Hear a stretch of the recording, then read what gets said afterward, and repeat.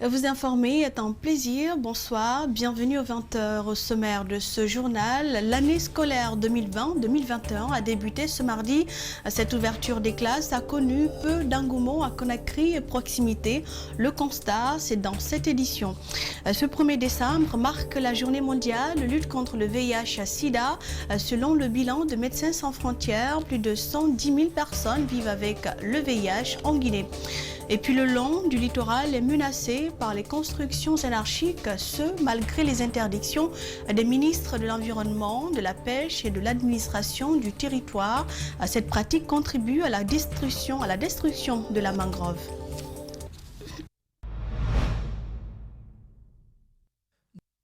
Bienvenue à tous. Ouverture des classes ce mardi matin au compte de l'année scolaire 2020-2021. Une rentrée marquée par la timidité à travers l'absence de la quasi-totalité des élèves dans les différentes salles de classe. Dans la commune de Kaloum, les établissements publics et privés ont été partiellement remplis ce premier jour de cours, mais le corps professoral et l'encadrement scolaire ont cependant répondu massivement. Le constat avec Ali Badara Kamara et Ibrahim Souma. Nous sommes à l'école primaire du centre, à Kaloum, en ce 1er décembre, jour de la rentrée des classes. Visiblement, cette école n'a pas bénéficié de rénovation sur les installations. Néanmoins, il faut noter la présence massive des élèves qui, présentement, ont du mal à s'habituer au lavage des mains et au port des masques. Nous sommes à 58% de présence ce matin des enfants. Et au niveau de l'encadrement, c'est 100%. Au niveau des chargés de cours, 100%. Les élèves sont à 57%. Il y a 3 mesures que nous avons prises conformément à cette rentrée des classes. La première disposition, c'est la disposition administrative. Nous avons pris des actes administratifs pour le fonctionnement des groupes pédagogiques. La deuxième disposition, c'est la disposition pédagogique. Aujourd'hui, tous les enseignants sont en classe. Les cours ont effectivement démarré ce matin. Dans ce complexe scolaire catholique de Saint-Joseph de Koulouni, le nombre de places est limité. Les parents d'élèves sont dans l'attente d'avoir une place pour leurs enfants à travers l'inscription et la réinscription. Voilà, donc les parents sont là, toujours en attente d'avoir une place. Et nous ne pouvons pas continuer à inscrire avec la crise sanitaire. Nos places aussi sont limitées. Nous sommes obligés, nous aussi, de respecter l'effectif qui est maintenu. Nous avons prévu d'avoir une classe de 45, à la limite 50, et nous ne pouvons pas aller au-delà. Au lycée 28 septembre, sur 1000 élèves attendus, seulement 100 ont répondu présent ce matin. Le directeur communal de l'éducation a une idée de ce faible taux de présence. Donc moi, je dis aux parents d'élèves que c'est eux qui sont en train de faillir. Parce que nos enseignants sont sur place, l'encadrement sont sur place. On ne peut pas aller prendre leurs enfants à la maison, leur forcer de venir. Ils ont été fortement sensibilisés. Donc, ils n'ont qu'à comprendre que la réussite, ça démarre aujourd'hui, le 1er décembre. Pour rappel, la commune de Kaloum avait présenté 1509 candidats au baccalauréat unique session 2020, dans toutes options confondues. Seulement 437 ont été admis, soit un taux global de 28,96%. Cette année, un nouveau défi est lancé aux autorités communales de l'éducation et des parents d'élèves de Kaloum. Ali Badara Kamara, bien que le Covid-19 soit toujours présent dans le pays, les cours ont repris à Conakry avec tout le dispositif d'hygiène nécessaire installé dans les écoles, dans les établissements de la capitale. Les responsables rassurent du bon déroulement de l'année scolaire avec le respect des règles sanitaires. Le reportage est signé Djene Bembar Koulibaly et Abdoulaye Kamara. Au collège Haya Aïchaba à Yimbaya dans la commune de Matoto, cet autre établissement public a ouvert ses classes ce mardi. Avec un personnel de 30 enseignants pour 8 salles de classe et un effectif de 1328 élèves, la rigueur est de mise pour le respect des mesures sanitaires à cause du Covid-19. Nous avons repris ces cours dans les bonnes conditions parce que nous avons tout préparé. Les chefs ont tout mis à notre disposition. Donc, les dispositions ont été prises à temps et c'est appliqué à la lettre dans mon établissement. Un peu plus loin de là, au groupe scolaire Jean Mermoz, le proviseur assure que tout est mis en œuvre pour le bon déroulement de l'année scolaire avec le respect des règles sanitaires édictées par le département en charge de l'éducation. Nous avons repris les cours ce matin. Il y a eu assez d'affluence, mais avant la reprise des cours, nous avons pris des dispositions par rapport à la rentrée des classes. Nous avons non seulement procédé à un assainissement et ensuite installé l'équipe sanitaire. Pour le censeur du groupe scolaire Aboubakar Titi Kamara, le dispositif sanitaire au niveau de son établissement a été réactivé. L'environnement sanitaire dans lequel nous nous trouvons maintenant là est propre. Depuis hier, nous avons assaini les locaux de notre établissement. Et nous avons la présence des kits de lavage des mains. Et certains de nos enseignants déjà ont fait le test Covid. D'autres s'apprêtent également à le faire.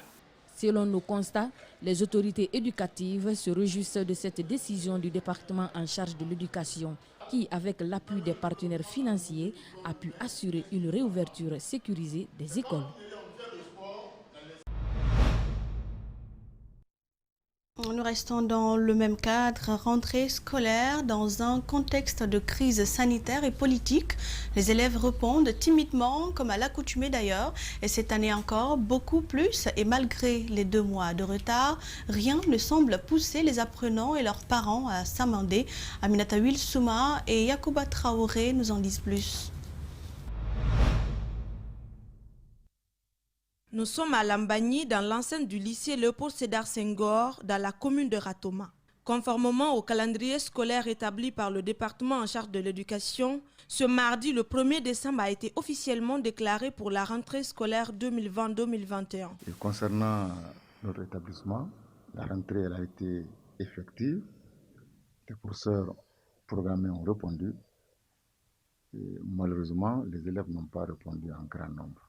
Si par endroits, les préparatifs continuent, notamment le transport des tables-bancs, dans d'autres établissements, les élèves se comptent au bout des doigts et les cours ont effectivement démarré. Comme prévu aussi, tout ne peut pas être blanc parce que vous savez la situation de la ville et la rentrée et tout le monde ne peut pas se présenter aujourd'hui. Non, franchement, ce que je peux dire avec sincérité, avec un cœur grandement ouvert de joie, cette année, elle débute bien. Dans cette commune, les établissements publics sont rares, nous a confié quelques parents d'élèves hors micro. Voilà pourquoi ils sont contraints d'inscrire leurs enfants dans les établissements privés. Pour cette première journée, certains encadreurs se disent satisfaits de l'engouement. C'est le cas du groupe scolaire Mangué Junior. Je peux dire vraiment que la rentrée elle est effective parce que nous recevons massivement les parents d'élèves ce matin avec leurs enfants. Donc la rentrée chez nous, elle est effective. Bon, pour l'instant, compte tenu de la situation économique que nous connaissons, d'ailleurs sur le plan mondial, et la Guinée ne fait pas aussi exception, pour l'instant, nous continuons à recevoir les élèves jusqu'au moins 2 semaines. C'est juste le retard du couturier, quoi. Il n'a pas encore fini de coudre ma tenue, c'est pour cela que j'attends. Cette rentrée scolaire au compte de l'année 2020-2021 est qualifiée de particulière à cause de la crise sanitaire. Rentrée scolaire toujours timide à Kansonia village dans la préfecture de Koya. Avec une seule école publique, les habitants de cette localité peinent à inscrire les enfants à l'école faute de moyens financiers. Les enseignants, eux, dispensent déjà les premiers cours avec le peu d'élèves présents. Suivez le constat de nos reporters André Mossi Milimono et Aboubakar Keke Bangora. Nous sommes à Kassonya village, dans la préfecture de Koya. Dans cette localité, les populations ont le choix entre la seule école publique et les établissements privés. À l'école primaire de Kassonya, les cours ont repris malgré le faible taux de présence des élèves, mais avec une présence massive des enseignants. Les enfants n'ont pas tellement répondu comme ça à l'appel, parce que déjà il y avait des rumeurs qui passaient sur le report de la rentrée des classes. Il y a certains qui disaient le 15, il y a certains même qui parlaient du mois de janvier. Et c'est ce qui a fait. Et puis les parents qui viennent ici aussi disent que vraiment le temps est dur. Donc la rentrée, l'école a repris, mais avec un peu de lenteur.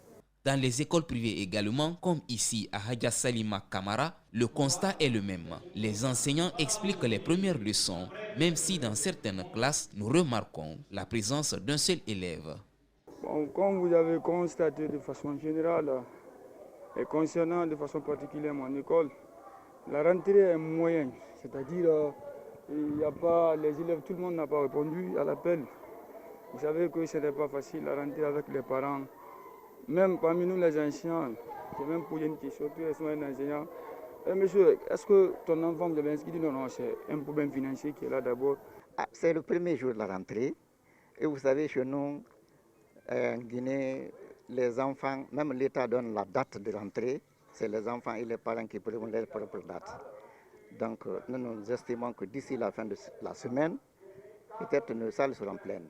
Devant chaque établissement, nous remarquons la présence de kits de lavage des mains. Par contre, la distanciation sociale et le port de bavettes sont foulés au sol. Je devais leur dire de porter les bavettes, ça c'est de ma faute. Bon, aujourd'hui, comme c'est la rentrée, on n'a pas dit. Sinon, d'habitude, tous les élèves portent. Aujourd'hui, peut-être par, je sais pas, par l'heure de vigilance du surveillant à la porte, peut-être à cause de cela. Certains parents d'élèves rencontrés nous ont confié qu'ils ne sont pas prêts encore pour l'inscription ou la réinscription de leurs enfants par manque de moyens financiers. Et voilà ce qu'on pouvait dire au compte de cette rentrée scolaire. Tout autre sujet dans ce journal, je vous l'annonçais d'ailleurs, l'humanité a célébré ce 1er décembre la journée mondiale de lutte contre le sida. Et cette année, la journée est placée sous le thème « L'appel à la solidarité mondiale et à une responsabilité partagée pour le maintien des services essentiels contre le VIH » en parallèle avec la riposte urgente à la Covid-19. En Guinée, plus de 110 000 personnes vivent avec le VIH.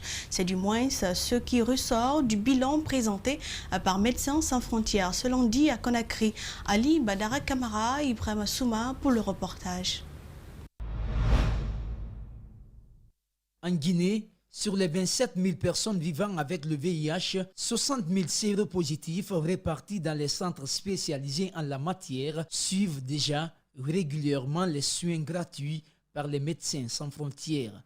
Depuis 2016, l'organisation médicale a mis sur pied une unité spécifiquement dédiée à la prise en charge des patients au stade avancé de la maladie à l'hôpital national de Donka. Ici, 2 salles sont aménagées pour les soins intensifs et 3 autres salles consacrées aux personnes à l'état stable.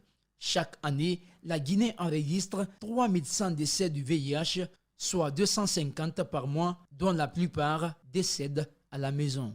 Et donc le message qu'on veut leur faire passer aujourd'hui à tous ces gens en Guinée, c'est de laisser l'espace aux gens qui sont séropositifs à pouvoir assumer leur séropositivité, parce que c'est une maladie qui ne se transmet pas aisément, et surtout quand on a une charge virale indétectable, c'est-à-dire que quand le virus est endormi par les médicaments, il est impossible de le transmettre. Parmi les 30 pays répertoriés par Médecins sans frontières en termes de stigmatisation, la Guinée occupe la première place avec un taux de 75% des personnes vivant avec le VIH qui en sont victimes. Même si la moitié des personnes porteuses de virus ne connaissent pas leur statut stérologique. Kamara Asmiou sait qu'il est porteur du virus depuis 2005 et suit normalement son traitement gratuit avec MSF. Il y a la présence de Médecins sans frontières, il y a une prise en charge gratuite. Si je prends régulièrement mon traitement, je peux vivre longtemps comme il le faut. Ces jours-là, j'ai dit, ah, madame, on peut vivre avec le VIH. Elle me dit, oui, on peut vivre avec le VIH. Depuis ce jour, j'ai je prends mon traitement comme il le faut. Au jour d'aujourd'hui, je mène une vie positive sans aucun problème. Assimiou Kamara est père de 4 enfants, dont un avant sa séropositivité. Tous ces enfants sont séronégatifs pour cause de son traitement régulier avec Médecins sans frontières. Pour lui, le sida ne tue pas, mais plutôt la stigmatisation. Au jour d'aujourd'hui, ce n'est pas la maladie qui tue, c'est la stigmatisation qui tue. Quand tu es stigmatisé, c'est le désespoir qui installe dans la tête. Selon les statistiques de 2018, les jeunes de Conakry, Kindia, Labé, Boki et Farana sont les plus touchés par le phénomène du VIH-Sida. Le ministre ou les ministres de l'Environnement, de la Pêche et de l'Administration du territoire ont ordonné l'arrêt des constructions anarchiques sur le littoral. C'était l'année dernière. Malheureusement, la pratique se poursuit à Conakry, à Imbaya Faban, par exemple, dans la commune de Matoto. Des immeubles poussent comme des champignons sans aucun respect du code de l'environnement. Mamadou Kalisso et Tierno Sadouba. Lors d'un conseil des ministres, une décision avait pourtant été prise qui a invité les ministères de l'Habitat et de l'Environnement à travailler ensemble dans l'exploitation du domaine public maritime. Mais cette décision semble classée sans suite et l'agression contre la mangrove persiste. Des poteaux sont en cours de fabrication pour délimiter l'espace à protéger. Mais d'autres citoyens, en connivence avec des départements, ne veulent rien entendre. On entend qu'il y a un autre opérateur économique qui a 442 hectares dans ce site-là. On dit, mais nous, l'environnement, nous ne sommes pas au courant. Il dit non, le gouvernement a donné 442 hectares ici. Je dis, qui représente le gouvernement en matière de l'environnement? C'est nous. Ah non, il a un acte qui est signé par le ministre de l'Habitat, qui l'autorise, le ministre des Finances, qui l'autorise, le ministre du Budget, qui l'autorise, et le ministère de l'Environnement. Il dit, on ne comprend pas. Donc nous sommes à couteau tiré actuellement sur ça. 442 hectares sur le littoral, acquis à l'insu du ministère de l'Environnement. Une violation flagrante des textes qui encadrent l'exploitation des zones côtières. L'article 45 dit que tous les départements ministériels, pour des raisons que ce soit, doivent s'adresser au ministère de l'Environnement pour la mise en œuvre des aménagements au niveau de ces domaines publics maritimes. Cette pratique nuit à la faune et flore aquatique. Puis, des expatriés seraient en première ligne dans l'occupation du littoral, ce qui pourrait constituer une menace à la sécurité nationale. Si les gens ont des pétrolettes qui rentrent dans leur cour la nuit, qui est le policier, qui est le gendarme, qui est le militaire qui peut contrôler ça? Pour pouvoir essayer de contrôler ça, c'est de prendre maintenant là nos dispositions pour pouvoir essayer de barricader ce système d'occupation du domaine public maritime. Sur le papier, la protection et l'exploitation du milieu marin et des zones côtières sont confiées au ministère de l'Environnement. Mais en réalité, le département est noyé par ceux de l'administration du territoire à travers les administrateurs locaux et des transports à travers l'agence de navigation maritime qui octroie des domaines maritimes pour la construction des ports.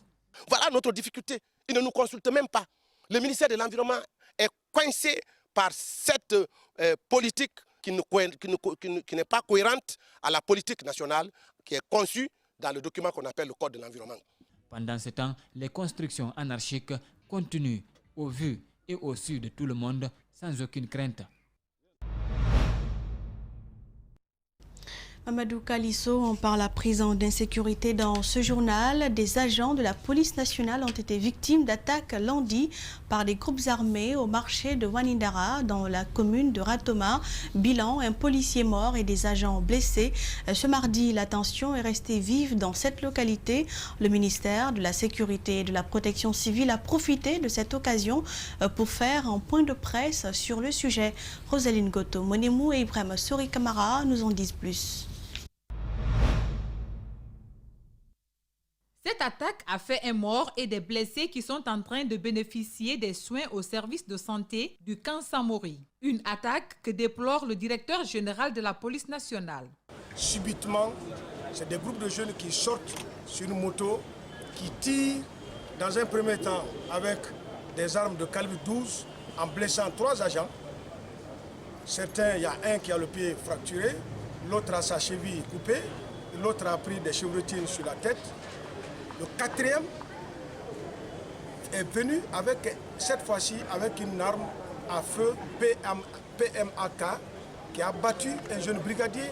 La police nationale manque d'équipements adéquats pour se défendre en cas d'attaque. Une situation que dénonce le directeur général de la police nationale. Il met en garde tous ceux qui sont derrière cette attaque et promet de retrouver les assaillants. Mais nous, actuellement, quand on est attaqué, on est obligé de prendre la fuite ou se mettre à l'abri. On n'a aucun moyen de se protéger. Ces gens qui sont derrière ça, en passant, qui peuvent permettre à la police de reculer, au contraire, ils verront ces jours-ci un dispositif costaud. Et ceux qui ont fait ces attaques, ces tirs, qui ont tué le brigadier hier, seront retrouvés. Le marché de Ouanidara est resté fermé ce mardi après l'attaque de la veille. Seules quelques vendeuses sont sorties.